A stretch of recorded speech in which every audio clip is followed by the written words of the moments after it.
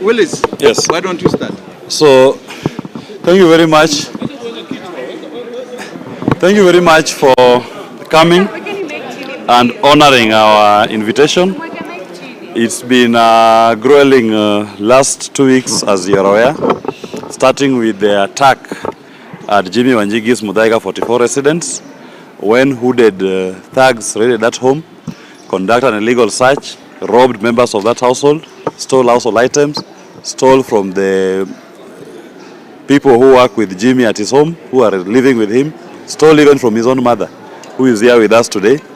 The culmination of all that was to plant grenades in the home.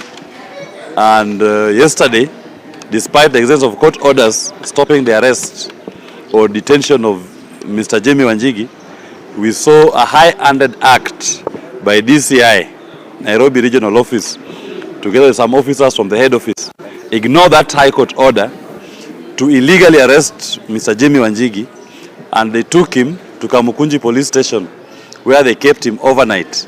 They thought that that was going to be punishment for Mr. Wanjigi. What they do not know, Kamukunji is home. The late Maina Wanjigi was the second member of parliament for Kamukunji constituency. If they thought they would break my client's spirit, he is stronger than he was even when he went in there. All that they did was just to demonstrate to all Kenyans their disregard for the rule of law. As I told the officers yesterday, when you are ignoring court orders, when you are ignoring judicial processes, where do you think you will take Mr. Wanjigi ultimately? It all ends up in court. They brought him to court today. After all that high drama, it ended up in court today, and Mr. Wanjigi was invited, together with his aide, Mr. Kibe, to take a plea on trumped-up charges. Trumped-up charges relating to grenades, which we don't know who came up with. We know it came from the police, and the police who planted them. They are trying to fix it, that Mr. Wanjigi had grenades in his home. The second charge they were raising in respect to firearms, that he has firearms without a firearms certificate. The High Court of Kenya had reinstated Mr. Wanjigi's firearms certificate and had ordered the Firearms Licensing Board to obey that order and reinstate that certificate and honor it. They have refused, and they are purporting to have revoked it afresh.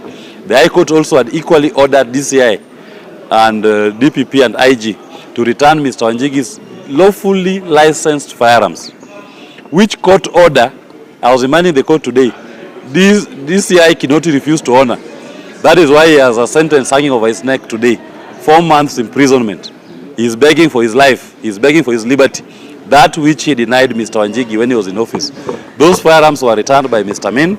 We don't know how again the same DCI turns around to want to charge Mr. Wanjigi for being in possession of illegal firearms. Were issued to him after a protracted court battle that led to the conviction of George Kinoti, who is now crying wherever he is for freedom. He thought he was denying Wanjigi's freedom. He is the one now crying for his freedom. Wanjigi is here, free like a bird. Even these officers being misused. Your time will come. You will cry like George Kinoti for freedom, and I will be there to oversee the process. That is what I specialize in as a lawyer. My duty is to hold you accountable. And I have the time. I swim in the lake. I'm like a fish in a water. We come to court. I am in my best element when I put you to account to explain why you disregard our constitution, why you disregard our courts. Those officers who are being misused, please, take your time and understand our constitution. Understand the times we are in. Do not allow yourself to be misused to pursue political scores. As I told William Ruto yesterday, Jimmy is here. If you want a political battle with him, don't involve innocent police officers. Take on him head on. Let's have a debate. Debate him on the issues that he's been educating Kenyans on.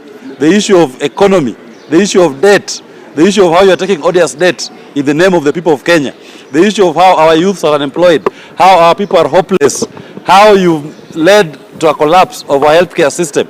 Those are the things that Jimmy Wanjigi will wish to debate with you, and Kenyans will make their decision. Who has That decision will not be made in the courtrooms. You are wasting our time and wasting everybody's time by when you keep invading Jimmy's home and you keep dragging him. Deal as you are equal. Leave the innocents. If you fear him, then say so. If you don't fear him, debate him on the issue. We are happy that the court has seen it fit and has listened to our application to defer the plea taking, and a ruling on that will be made on the 12th of September. But in the meantime, we have also initiated contempt of court proceedings against the Acting Inspector General of Police, DCI Amin, and Mr. Michael Sang, the one who effected an illegal arrest on Mr. Wanjigi yesterday at DCI Nairobi area. We do hope that we'll get those directions for those 3 officers to appear in court and explain why they deemed it fit to ignore the orders of the Honorable Court. We have also taken out contempt of court proceedings against the chairman, Mr. Rashid Yakub, of the Firearms Licensing Board, and all his other board members for contempt of court for refusing and neglecting to obey and to give full effect to the orders that were issued by the High Court in JR number 46 of 2018 that reinstated Mr. Jimmy Wanjigi'S firearms license certificate. Thank you very much for coming.